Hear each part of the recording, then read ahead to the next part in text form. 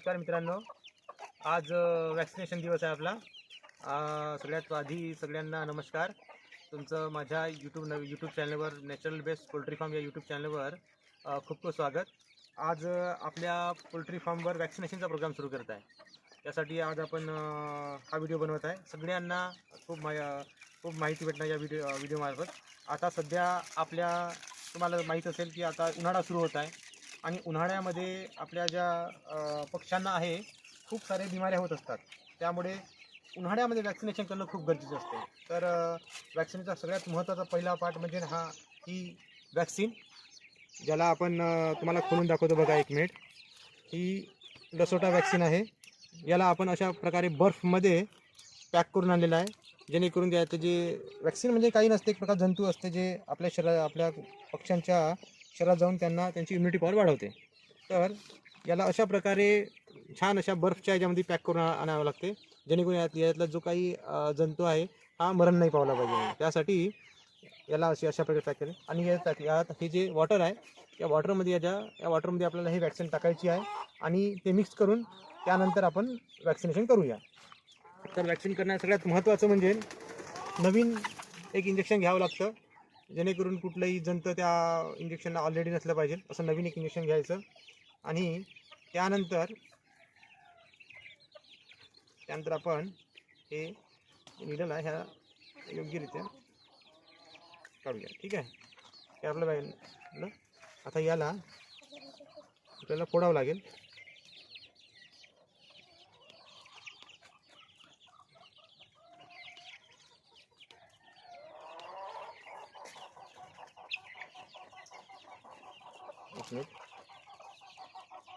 Video थोडा लांब होणार, कारण तर वॅक्सिनेशनचं काम आहे। वॅक्सिनेशनसाठी आपल्याला सगळ्या गोष्टी आवश्यक त्या गोष्टी सगळ्याच आणावं लागतं। वॅक्सिनेशन बघा, तर अशा प्रकारे याला काढून घ्यायचं। हे वाला जे पॅक आहे याला काढून घ्यायची आणि त्यानंतर या लसोटाचं पण असं आपण काढून घेऊया, म्हणजे जेणेकरून तिथं पण त्रास नाही आला पाहिजे, ठीक आहे। हा लसोटा वॅक्सिन आहे। तर आता आपण त्याच्यामध्ये याला सुरुवात करूया। हे जे पाणी आहे, सगळ्यात आधी याला आपण हे अशा प्रकारे पाणी भरून घेऊया याच्यातलं।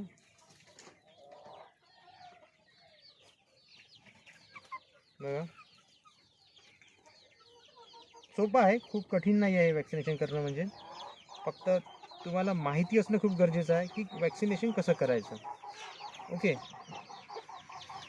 हे पूर्ण असं पाणी जे आहे आपण आपल्या सिरिंजमध्ये भरून घेऊया।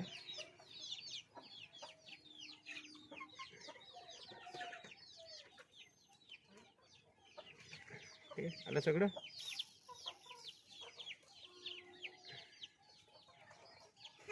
बघा, आता काहीच नाही, ज्यामध्ये सगळं पाणी आपल्या वॅक्सिनमध्ये आलं आहे सिरिंजमध्ये। त्यानंतर हे जे आपलं वॅक्सिन आहे यात आपण याला पुश करूया, म्हणजे आतमध्ये सोडूया हे पाणी, जेणेकरून ते जे आतमधला जो पावडर आहे त्याला त्या पाण्यामध्ये पूर्णपणे छानपैकी मिसळून जाणार, ओके।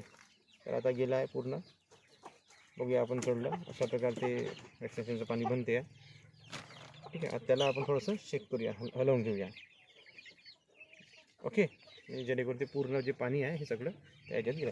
आणि त्यानंतर आता पुन्हा आपण एकदा ते जे पाणी आहे आतमध्ये बनलेलं आपण आपल्या सिरिंजमध्ये भरून घेऊया।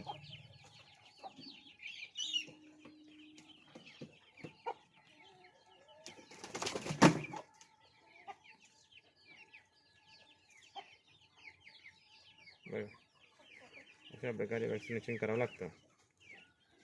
आणि खास करून उन्हाळ्यामध्ये आपल्या जे पिल्लं आहेत त्याची काळजी घेणं खूप गरजेचं आहे, कारण उन्हाळ्यात सगळ्यात जास्त आपल्या पक्ष्यांना रोग येत असतात। त्यामुळे वॅक्सिनेशन हे खूप महत्त्वाचं आहे।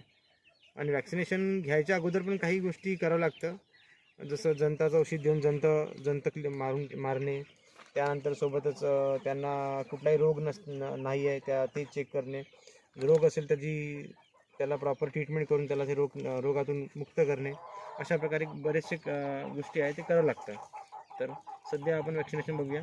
तर वॅक्सिनेशन आपलं रेडी झालं आहे, वॅक्सिन आपली रेडी झाली आहे। आता आपल्याला काय करायचं आहे, तर महत्त्वाचं म्हणजे की वॅक्सिन ही जंत आहे, त्यामुळे त्याला विशिष्ट तापमानावरच ठेवावं लागतं।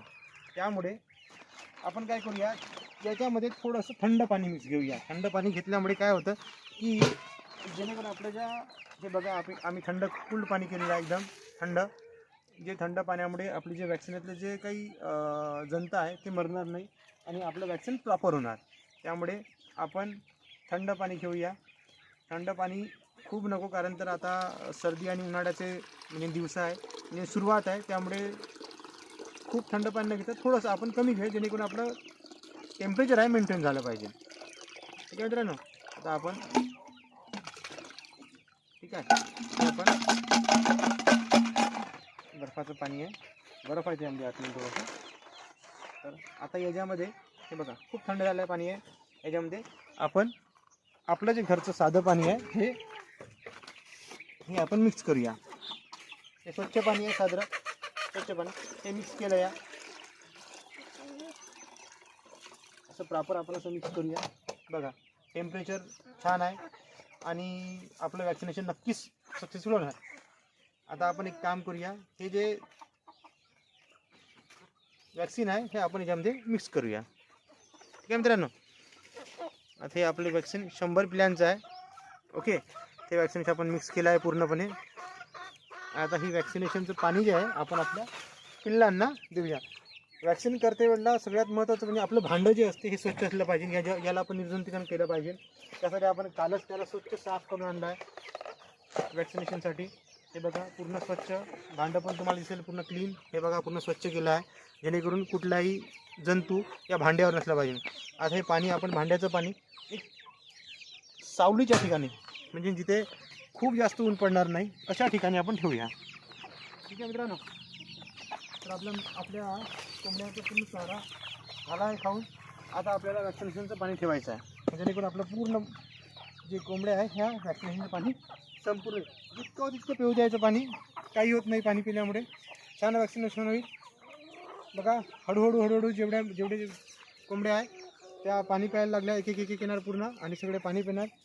ह्या पाणी पिल्यामुळे त्यांच्या जी प्रोटीन म्हणजे इम्युनिटी पॉवर आहे हे चांगलं मोठं होईल आणि आपल्या कोंबड्या उन्हामध्ये किंवा या उन्हाळ्याचं जो वातावरण आहे हे सहन करेल.